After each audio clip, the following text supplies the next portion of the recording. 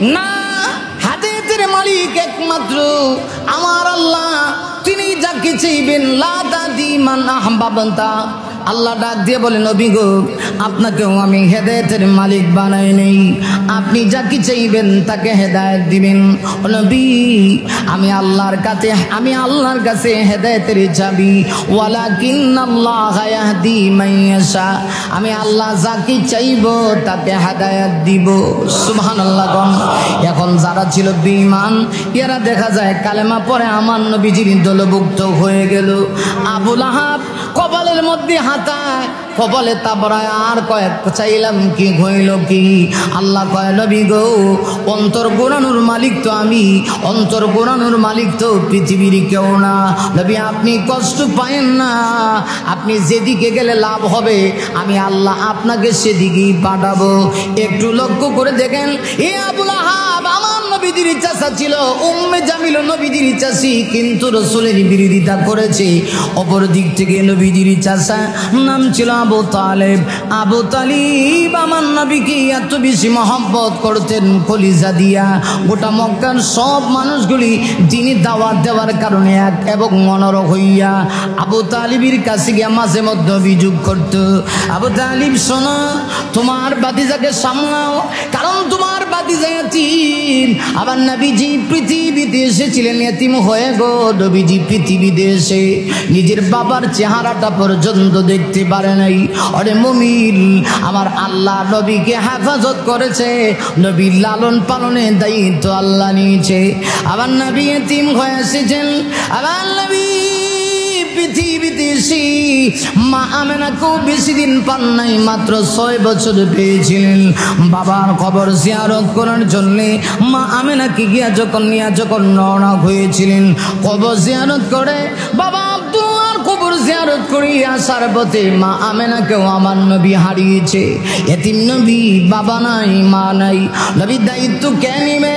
আমার নবীজির দায়িত্ব নিলেন দাদা আব্দুল মুত্তালিব সাইবা, যিনি ছিলেন কাবা শরীফের মুতাওয়াল্লি, তিনি আমার নবীজির দায়িত্ব নিলেন। দাদা আব্দুল মুত্তালিব বেশি দিন বাঁচল না, দুনিয়া থেকে চলে গেল। আব্দুল মুত্তালিবের পরে আমার নবীজির দায়িত্ব নিলেন চাচা আবু তালেব। আবু তালেব মাঝে মধ্যে আমার নবীর কবরের ভিতরে চুম্বন দিয়া বলতেন, বাতিজারে, তুই আমার বাতিজা না, তুই আমার কলিজার টুকরা সন্তান। আমি সন্তানকেও এত মহব্বত করি না, তোকে দেখলে আমার যে মহব্বত হয়। বাতিজা, টেনশন করিও না, গোটা মক্কার সব মানুষগুলি যদি তোমার বিরুদ্ধে চলে যায়, আমি চাচা আবু তালিব তোমার বিরুদ্ধে যাব না, বরং আমি তোমাকে এতটুকু গ্যারান্টি দিতে পারি, আমার দেখে যতক্ষণ পর্যন্ত এক বিন্দু রক্ত থাকবে, কোনো একটা কাফের তোমার গায়ে ফুলে ছিটা দেওয়ার সাহস নাই। আমার নবীজি বড় বেশি খুশি হয়ে গেলেন। মাঝে মধ্যে নবীজি চাচাকে আবু তালিবকে বুকের ভিতরে জড়ায় নিয়ে নবীজি বলতেন, চাচা গো, বাবা দেখি নাই, কিন্তু আপনার চেহারা দেখা বাবার মতো আমার মনে হয়। বাবার ভালোবাসা আমি পেয়েছি, যদিও বাবাকে পাই নাই। আপনার ভালোবাসা পেয়ে আমি আমার বাবার ভালোবাসার কথা ভুলে থাকি। আপনি বুঝি আমাকে এত মহব্বত করেন। নবীজি চাইতেন চাচা আবু তালেবকে কালেমার দাওয়াত দিয়ে মুসলমান বানাইতে, কিন্তু কাফের এত খারাপ। আমার নবীকে চাচার কাছে পর্যন্ত মাঝে মধ্যে বিদ্যে দিত না, কিন্তু চাচা আবু তালিব পিছন থেকে দেখে সব কিছু কেয়ারটেকার করতেন। একটা সময় দেখা গেল চাচা আবু তালিব একেবারে দুনিয়া থেকে বিদায় নিবি, মুমূর্ষ অবস্থা চলে আসলো। আমার নবীজির দিলের তামান্না চাচার কাছে যাব, আর চাচাকে চেষ্টা করে কালেমা পড়া একটা বার যদি মুসলমান বানায় নিতে পারি, কিয়ামতের কঠিন ময়দানে আমি বিশ্বনবী, আল্লাহ আমাকে স্পেশাল পাওয়ার দিয়েছে গো, আমি চাচাকে সুপারিশ করে আল্লাহ তৈরি জান্নাত পর্যন্ত পৌঁছায় দিব। কিন্তু হেদায়েত তো এমন এক জিনিস, আল্লাহ পৃথিবীর কোন নবী রাসূল ওলি আব্দাল গাউস কুতুবের কাছে হেদায়েত দেয় নাই। মনে রাখবেন, হেদায়েত সবার কপালে নসিব হয় নাই। আবু তালেবের মতো ব্যক্তি যে রসুলকে কলিজা দিয়ে ভালোবাসতেন তার কপালে হেদায়েত নসিব হয় নাই। এই দুনিয়াতে এরকম কিছু হতভাগা আছে যাদের কপালে হেদায়েত নাই। যাদের কপালে হেদায়েত নাই মনে রাখবেন এরা যুগে যুগে আলেমদের বিরোধিতা করবে, আলেমদেরকে গালিগালাজ করবে, হক্কানি পীর মাশায়েখদেরকে গালিগালাজ করবে। মনে রাখতে হবে যারা হক্কানি আলেম ওলামা পীর মাশায়েখদেরকে গালিগালাজ করে এরা আবু জাহেল আবু লাহাবের সন্তান। উত্তরসূরি ঠিক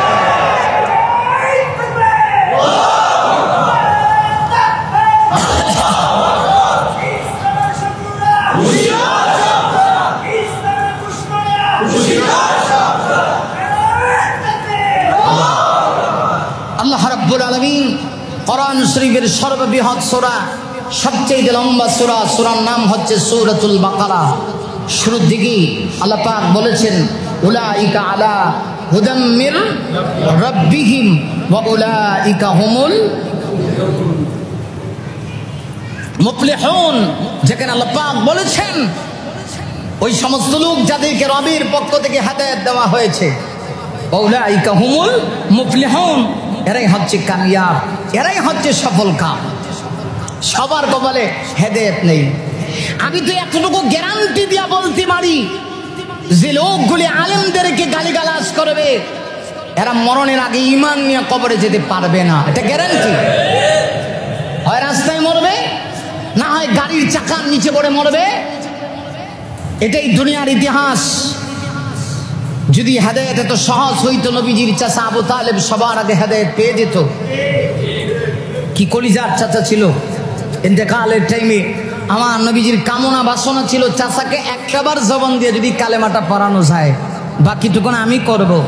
স্পেশাল পাওয়ার তো আল্লাহ আমাকে দিয়েছে। ময়দানে মাহাশরে আমি শাফাআতে কুবরা সবচেয়ে বড় সুপারিশকারী। আমি আমার চাচার জন্য সুপারিশ করে আমার চাচাকে জান্নাত পর্যন্ত আমি পৌঁছায় দিব। আরো আসতে কোন গাজীপুরে সুবহানাল্লাহ। কিন্তু দেখা গেল সম্পূর্ণ ব্যতিক্রম ঘটনা। মুমূর্ষ অবস্থায় চাচা আবু তালিব যখন বিছানায় শুয়ে আছে, আরবের সব কাফিরগুলি চাচাকে ঘেরাও করে রাখছে। এরা সবাই জানে যে বাতিজা মোহাম্মদ কিন্তু এখন সে তার আসল দায়িত্ব যেটা আছে সেটা সে পালন করবে।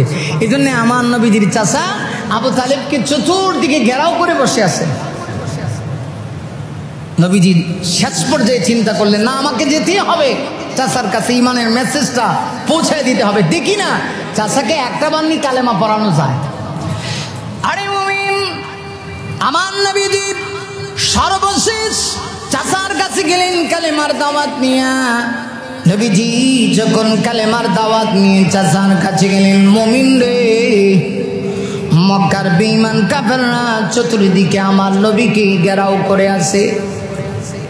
আর আবু তালেবের কানের কাছে গিয়া আবু তালেব সাবধান, বাতিজা মোহাম্মদের কথার মধ্যে কিন্তু তুমি গলে যাও না, কারণ তোমার বাতিজা মোহাম্মদ বড় চালাক। এত বছর তুমি 360 দেবদেবীর উপাসনা করেছ, বাতিজা এক আল্লাহর দাওয়াত দে। এখন যদি বাতিজার দাওয়াতটা গ্রহণ করো আমাদের বংশের নাক কাটা যায়, বংশের ইজ্জত থাকে না, সম্মান থাকে না। সাবধান সাবধান, বাতিজার কথায় কিন্তু তুমি ভুলে যেও না, কারণ তুমি আমাদের নেতা। তুমি যদি বাতিজার কথায় বাতিজার ধর্ম ইসলাম গ্রহণ করে দুনিয়ার থেকেই চলে যাও, তুমি চলে যাবে কিন্তু আমাদের কপাল তো পড়ে যাবে, আমাদের মান সম্মান থাকবে না, আমাদের ইজ্জত থাকবে না। নবীজি বুঝতেই পেরেছেন। আমার নবীজি চাচার কানের কাছে গিয়া বলেন, চাচা গো, আমি জানি না আপনার আর কতর সময় হায়াত আছে। ও গো চাচা, একটা বার আস্তে করে আমার কানের গুড়িতে আপনি কালেমাটা আমাকে শোনান। কালেমা তৈবাটা একটা বার পাঠ করুন। আমি ওয়াদা করলাম কিয়ামতে আপনাকে জান্নাত পর্যন্ত আমি পৌঁছায় দিব। চাচাকে যখন এই কথা বলেছি এমনিতেই চাচার কপালে তুই হেদায়েত নাই। আবু তালেব ডাক দিয়ে কই, বাতিজা, আমি এতদিন বড়ে মরার আগে চিরন্তন একটা সত্য কথা সবার সামনে বলে যাই, কিন্তু কালেমা পড়তে পারবো না। ও বাতিজা শোনো, আমি জানি তুমি যে নবী, এতে কোনো সন্দেহ নাই, তুমি সত্যিকারের নবীটা আমি বিশ্বাস করি। বাতিজা, তুমি যেই ধর্মের দাওয়াত দাও এই ধর্ম সত্য ধর্ম, এটাও বিশ্বাস করি। বাতিজা, তুমি যে কোরআনের দাওয়াত দাও কোরআন সত্য, এটা পৃথিবীর বানানো কোনো মানুষের কথা না, কোরআন আল্লাহর পক্ষ থেকে নাজিলকৃত একটা কিতাব, এটা বিশ্বাস করি। কিন্তু আমি যে কালেমা পড়তে পারলাম না, আমি যদি কালেমা পড়ি বংশের নাক কাটা যাবে, বংশের ইজ্জত থাকবে না, সম্মান থাকবে না, এই জন্য আমি কালেমা পড়তে পারলাম না। আরে মুমিন একটু চিন্তা করে দেখো ওই সময়ের দৃশ্যটা কেমন হতে পারি। আবার নবী কথা শুনি ওজন নয়নি চোখের পানি ছেড়ে দিয়া কান্না শুরু করছে। নবী ডাক দিয়া কয় চাচা গো দেখেন না কালেমাটা পড়া যায় কিনা। এমনি দেখা যায় মালাকুল মউত এসে হাজির, চাচা আবু তালিবের জান কবজ করে নিয়ে গেছে। নবীজি এখানে বসে বসে কান্না করতেছে, আর নবীর মনে মনে কল্পনা জল্পনা, যেহেতু আমার চাচা আমাকে এত মহব্বত করেছে, আমার দুদিনে আমার পাশে ছিল, আমার মা নাই বাবা নাই, মক্কার সব মানুষগুলি আমার বিরোধিতা করেছে গো, চাচা বিরোধিতা করে নাই। আমি আমার আল্লাহর কাছে চাচার জন্য একটু দোয়া করব, আল্লাহ যেন আমার চাচাকে ক্ষমা করে দেয়। নবীর অন্তরের ভিতরে কি আছে এই পৃথিবীর কেউ জানুক আর না জানুক, একজন জানে, তিনি কে? আরো জোরে আওয়াজ করে বলুন তিনি কে? আবার নবী মনে মনেই কল্পনা করছেন, এমনিতেই আল্লাহ রাব্বুল আলামিন জিবরিলকে পাঠায় দিয়েছে। হযরত জিবরিল 4 ঘন্টা বেজে গেছে, পবিত্র কোরআন শরীফের সূরা তাওবার 113 নম্বর আয়াত নাজিল হয়ে গেছে। হযরত জিবরিল কোরআনের আয়াত নিয়ে আসছে, আয়াতের ভিতরে আল্লাহ রাব্বুল আলামিন তাই বলেন, মা কানা লিন নবী, নবী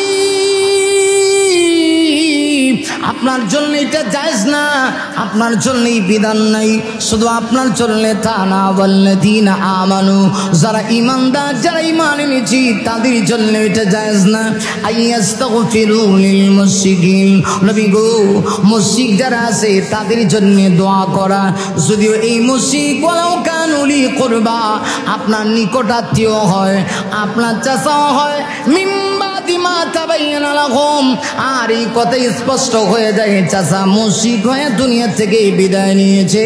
নবী গো আমি আল্লাহর বিধান হলো তার জন্য দোয়া করা যাবে না, ঠিক কিনা? যখন এই কথা আপনি জেনে ফেলেছেন যে আপনার চাচা মুশরিক, শিরকি আকীদা লালন করে, আল্লাহর সঙ্গে শিরিক করে দুনিয়া থেকে বিদায় নিয়েছে, তখন আপনি দোয়া করবেন। আল্লাহ রাব্বুল আলামিন বলেন এটা আমি আল্লাহ বরদাস্ত করব না, এ বিধান নাই। যেই নবী দোয়া করলে দোয়া করতে দিলে হয়, আল্লাহর কাছে মঞ্জুর হতে দিলে হয় না, কারণ নবীরা হচ্ছেন মুস্তাজাবুদ দাওয়া। পৃথিবীর সকল নবীরা যা দোয়া করছে আল্লাহর কাছে সেই দোয়াগুলি কবুল হয়েছে। আর আমাদের নবী তো বিশ্ব নবী, আল্লাহর পরে যার পাওয়ার, সুপার পাওয়ার, এই পৃথিবীর সকল নবীদের যিনি সরদার, ইমামুল আম্বিয়া, ইমামুল মুরসালিন, খাতামুন নবিয়্যিন, রাহমাতুল লিল আলামিন, সেই নবী তো হাত উঠাইতে দিলে হয়, আকাশে তার দোয়া মঞ্জুর হতে দিলে হয় না। সেই নবীকে আল্লাহ পাক চিরন্তনভাবে নিষিদ্ধ করে দিলেন যে মুশরিক হয়ে দুনিয়া থেকে বিদায় নিয়েছে, তার জন্য আপনি দোয়া করলেও আমি আল্লাহর কাছে কবুল হবে না, এটা আমি আল্লাহ স্পষ্টভাবে জানাই দিলাম। তাহলে কি বোঝা গেল? কেউ যদি মুশরিক হয়ে দুনিয়া থেকে বিদায় নিয়ে যায় তার জন্য দোয়া করার কোনো সুযোগ নাই, কারণ মুশরিক চিরতরে জাহান্নামী। যদিও আমাদের দেশে অনেক সময় দেখা যায় অনেক বেঈমান সে মারা গেছে মুশরিক হইয়া, মায়ের খাইয়া, তখন আমরা তাকে শহীদ বলে ফেলি। এটা তো মামর বাড়ির কলা না যে কাউকে চাইলে আমরা শহীদ বলতে পারি না। শহীদ হওয়া এত সহজ বিষয় না। আমরা অনেক সময় অনেকের নামের পিছনে শহীদ লাগাই দেই। শহীদ তো সে ব্যক্তি যে আল্লাহর জমিনে আল্লাহর দ্বীন প্রতিষ্ঠা করার জন্যে নিজের গায়ের রক্ত জমিনে ঢেলে দেয়, তার নাম হলো শহীদ। ঠিক কিনা? জোরে আওয়াজ করে বলো। অতএব যে কাউকেই শহীদ বলার কোনো সুযোগ নাই। একজন মানুষ মুশরিক, আকীদা কুফরি, আর আপনি তাকে শহীদ বললেন, এত আপনি মারাত্মক বড় গুনাহগার হয়ে গেলেন, মারাত্মক বড় অপরাধ করে ফেললেন। অতএব মনে রাখতে হবে নবীর চাচার বেলায় যদি এমন হয়, আর আপনি আমি তো সাধারণ বিষয়। ঠিক কিনা? জুড়ে বলেন। প্রিয় ভাইরা আমার, তাহলে এই কথা দ্বারা, আজকের আলোচনা দ্বারা আমরা কি মেসেজটুকু নিতে পারলাম? এই আয়াতের মাধ্যমে আল্লাহ রাব্বুল আলামিন চিরতরে নিষিদ্ধ করেছেন যারা মুশরিক আকীদা লালন করে দুনিয়া থেকে বিদায় নেবে তাদের জন্য দোয়া করার কোনো সুযোগ নাই। হ্যাঁ, যে সমস্ত মুশরিকেরা দুনিয়াতে বেঁচে আছে, এখনো বেঁচে আছে, তাদের জন্য আপনি দোয়া করতে পারবেন, কারণ বলা তো যায় না আল্লাহ কখন কাকে হেদায়েত দিয়ে দেয়। অনেক লোক এমন আছে 60 বছরে হায়াত পায়, একেবারে ইন্তেকালের মাত্র কয়েকদিন আগে তার কপালে হেদায়েত নসিব হয়ে যায়। অতএব যারা মুশরিক দুনিয়াতে বেঁচে আছে আমরা তাদের জন্য দোয়া করতে পারি, ঠিক কি না? আমরা তুই দোয়া করব, এটা মুসলমানের গুণ। মুসলমান গোটা পৃথিবীর সবার জন্য দোয়া করবে। আমরা সবার জন্যই দোয়া করি, আল্লাহ পাক যেন হেদায়েত নসিব করে।